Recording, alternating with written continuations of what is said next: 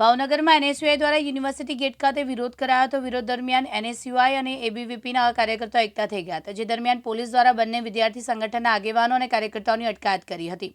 Police સાથે થયેલી ઝપાઝપી મામલે મહિલા પીએસઆઈ ફરિયાદ નોંધાવી છે।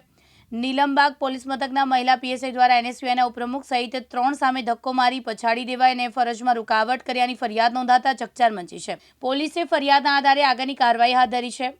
ઘટનાને લઈને શહેર કોંગ્રેસ પ્રમુખ સહિતના આગેવાનો નીલમબાગ પોલીસ મથકે પહોંચ્યા હતા।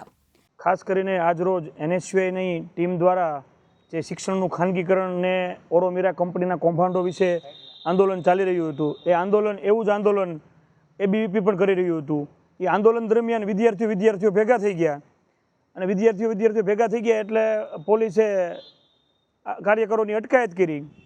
અટકાયત એક સામાન્ય એક પ્રોસેસ હોય છે, કોઈ પણ આંદોલન થતા હોય ત્યાં અટકાયત સામાન્ય પ્રોસેસ હોય, પણ એક ગંભીર બાબત કહી શકાય કે ભાવનગર પોલીસે આ 3 એનએસયુઆઈના કાર્યકરો ઉપર એફઆઈઆર કરી।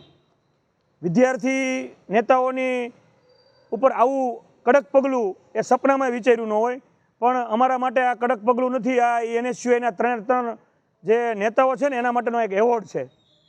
કોંગ્રેસના કાર્યકરો બબ્બર શેર છે, આવા એફઆઈઆરથી કોઈ ડરશે નહીં।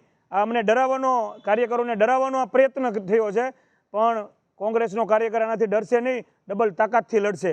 અને ફરિયાદ નોંધાવી છે તેમાં લખવામાં આવ્યું છે કે એનએસયુઆઈના કાર્યકરો દ્વારા ધક્કામુક્કી કરવામાં આવી હતી। પીએસઆઈ જે ફરિયાદી કરી છે તેણે કીધું મને પાડી દેવામાં આવી હતી અને હાથમાં કાંડાના ભાગે મૂંઢ ઈજા કરવામાં આવી છે, શું કહેશો? ખાસ કરીને તમે જુઓ, મીડિયાના મિત્રો ત્યાં હાજર હતા, જે કાર્યક્રમ થયો ને ત્યાં મીડિયાના મિત્રો હાજર હતા।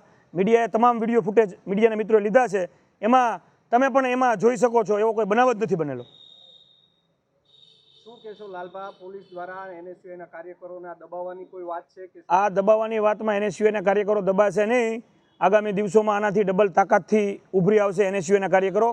અને હું પોતે શહેર કોંગ્રેસના પ્રમુખ તરીકે હું આ 3 જે વિદ્યાર્થી નેતાઓ છે એનું નામ પ્રદેશ કોંગ્રેસ સમિતિને સૂચવીશ અને પ્રદેશ કોંગ્રેસ પ્રમુખને કહીશ કે આ 3 વિદ્યાર્થીનું સન્માન કરો, કારણ કે આ 3 વિદ્યાર્થીઓ માટે પીએસઆઈને દાખલ થવું પડ્યું છે અને આવા ખોટા આક્ષેપ કરી અને એની ઉપર એફઆઈઆર કરવી પડી છે। લાલભા, અનેક ધરણા અને પ્રદર્શન થતા હોય છે ત્યારે ઝપાઝપી થતી જ હોય છે, આ વખતે જ કેમ ફરિયાદ દાખલ કરી? એ જ મહત્વની વાત છે કે આ ફરિયાદ દાખલ થઈ, અમારા જેવા નેતાઓ કોઈ સિનિયર આગેવાન ઉપર ફરિયાદ દાખલ થઈ હોય દુઃખ ન હોત, પણ આ વિદ્યાર્થીઓનું કારકિર્દી બગાડવા માટે, વિદ્યાર્થીઓને ડરાવવા માટે એના ઉપર એફઆઈઆર કરીશ। આંદોલન તો થતા જ હોય, આંદોલન કરવાના જ હોય, અને આંદોલન એ સુપ્રીમ કોર્ટ અને હાઈકોર્ટની ગાઈડલાઇનમાં પણ લોકશાહીમાં તમે વિરોધ પ્રદર્શન નોંધાવી શકો છો, એ લોકશાહીનો એક ભાગ છે। વિપુલ બારડ, દિવ્યાંગ ન્યૂઝ, ભાવનગર।